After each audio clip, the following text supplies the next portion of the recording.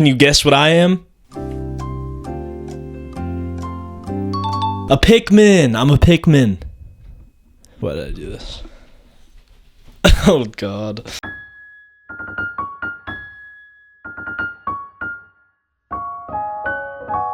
No! Oh, I just realized the guy on the little, can you see it? The long-awaited follow-up to Pikmin 3 released in 2023 with critical acclaim and the highest sales in the franchise's existence. Up until that point, Pikmin had sort of a cult following. It had always sold much less than Nintendo's other big franchises like Mario. It sold a seventh of what Smash Bros. Melee did on the GameCube, but it continues to garner a dedicated fan base that will always show up for a new Pikmin release. Except that one. Despite the low sales, they created a sequel and another sequel, and they continue to make these games. I think Pikmin is easily one of Nintendo's best works and does a lot of cool and unique things for a strategy game. So before I get to what my favorite Pikmin game in the series is, I want to talk about what makes these games great in general. Pikmin can be best described as a strategy puzzle game. In classic Nintendo fashion, they create a unique spin on it by making some bullshit creature and some weird ass lore, and man does it work every time. In Pikmin, you play as this guy Olimar who crash lands on a planet and has 30 days of oxygen before he dies. Olimar discovers these little Pikmin fellas. Once he finds these little Pikmin guys, he uses them to help him find his parts of his ship and resources to get back off this planet. And they take this 30 days thing really seriously, and you have an actual 30 in-game days to beat it. So it gives you an incentive to get things done in an efficient way. Now that we have a little basis on Pikmin, let's get into it.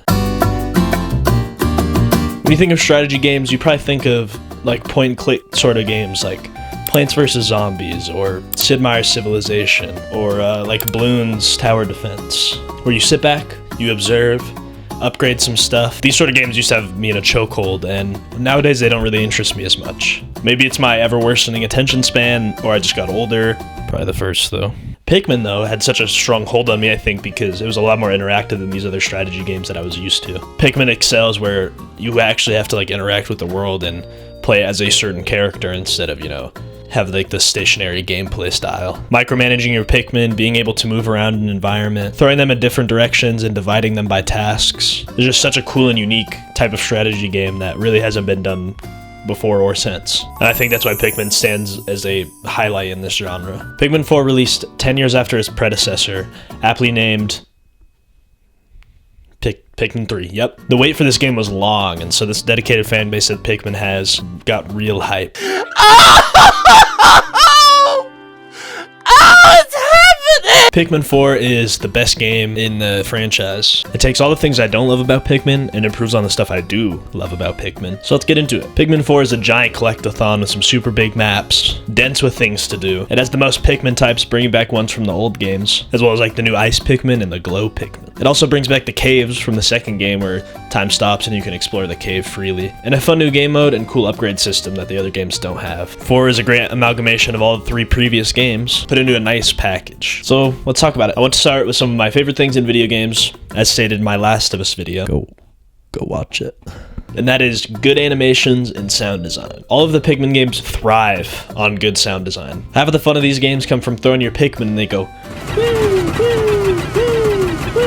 When you walk around these maps and all your Pikmin are walking, the footsteps change based on the terrain you're on. When you whistle, all your Pikmin will jump up and make a noise and walk to you. Basically, being able to hear the noise of all the individual Pikmin when you do stuff in this game adds some great satisfaction to doing tasks and missions. Another great addition to the game is the haptic feedback on the Joy-Cons. While other games also had this haptic feedback on the controllers, the quality of the Joy-Cons adds a great satisfaction to everything. Sometimes I throw the Pikmin and put the Joy-Con in my ass. Another great thing is all the Pikmin types in this game. The first game has 3 Pikmin types. The second game, 5. The third also has 5. But the fourth game has 9 Pikmin types.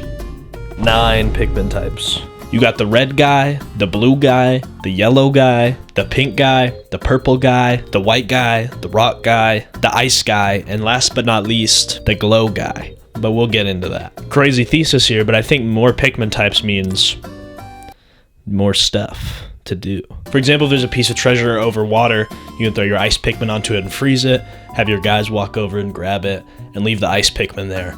But if you need those for maybe to fight some enemies later, you can throw your flying Pikmin over and they can just fly over the water. And then you have your ice Pikmin to use for combat later. I think this game also has a fun limiting feature where you can only have 3 types of Pikmin out, which gives you a fun way to strategize when you're going into maps.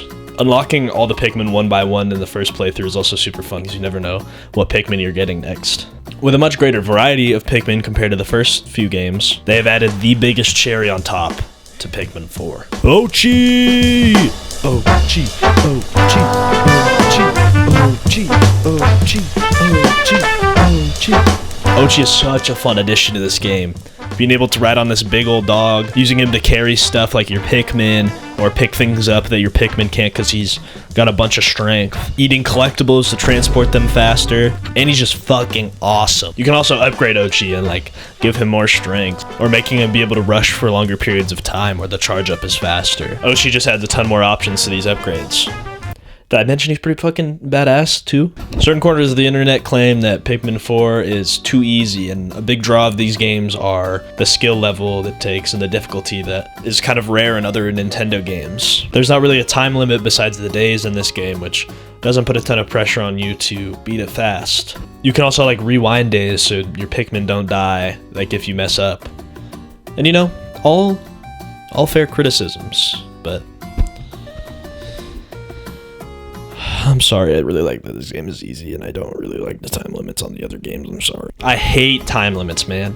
And I'm all for a good challenge in a video game, but holy fuck, dude, if you put a timer in front of me, I'm quitting. I fucking quit. I'm sorry, like I like the caves where I can chill and do all my stuff and not have to worry about a time limit, but I just don't like the time limit, okay? I'm sorry.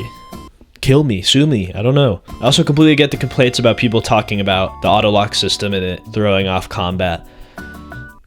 Another hot take, that's really not my favorite part of the games, I'm sorry. I love the collectathon aspect of Pikmin and finding all these collectibles, and the combat kind of comes secondary for me. I like the stress of the bosses, and that adds a fun difficulty to the game, but the draw of Pikmin for me is the collectathon type, 100%ing, getting all the cool items. Not the combat, I'm sorry. On the topic of bosses, I think Pikmin has always had some unique bosses, and they really thrive in that aspect. You got the scary fucking water wraith guy who's from the second game in this one. I really like this dog that you fight at the end that changes elements that makes you adapt to what Pikmin you're using when you fight him. I mean, they got a boss with a damn machine gun in this game. I thought this was a fucking kid's game. So yeah, Pikmin has some infamously creative bosses, and I think that really shines here in Pikmin 4. Another addition to Pikmin 4 is the Glow Pikmin, which you cannot play in the normal like overworld area of the game, but what you can do is these night expeditions where you fend off these nests from a bunch of creatures using only the glow Pikmin. They're super fun to play with, and this is where you get a lot of the upgrades. Another cool game mode they added were the Dandori challenges, which they kind of had in the third Pikmin in the deluxe version for the Switch. They got rid of the bingo part. I guess there was some bingo. I don't know, I only played it on the Wii U, so. The Dandori battles are super fun though, and it's kind of what I like about these games, and it's efficiently collecting all this stuff. A little bit of combat. Pikmin 4 really stands out in the strategy genre, and I think there will not be another strategy game like it, and I think that's why it's one of my favorite Nintendo franchises. And I love how they improve in some way every single time they drop one of these games, and I think despite these games being low selling for Nintendo, it's clear that they have a passion for it, the fact that they're continuing to make them, and the amount of time and effort you can see that were put into these games. That's all I got. Pikmin 4 is great, they're all great, but 4 is easily my favorite, so yeah. See ya.